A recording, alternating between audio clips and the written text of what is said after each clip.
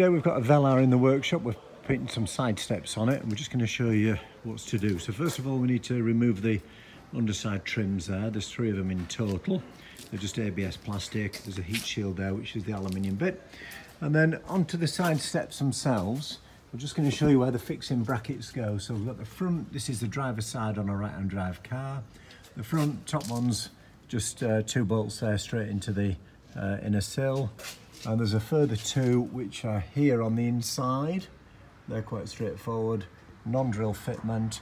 The side step obviously attaches to the end of the bracket, as you can see here and here.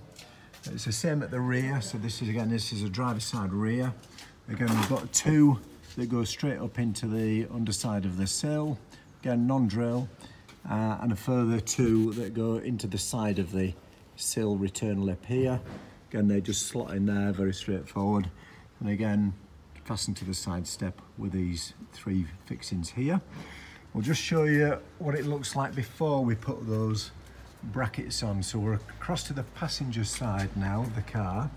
So these are the 2 in the lip that we spoke of that are already there. These are the 2 further up in the sill that are already there. Now these do need tapping, so you need an M8 by 1.25 tap to do that. Quite straightforward, just take maybe 5 minutes a hole to do. And it's the same for all positions. So passenger side front there, 2 to do. Passenger side rear, there's another 2 to do in this location here. Further 2 there, they need tapping. These already exist. And that's the same for the driver's side. So 8 holes to tap in total, and 8 already exist that just go straight through in that return lip. Hopefully that should make life easy for you. For further details, see 4x4at.com or click the link below. Thanks for watching.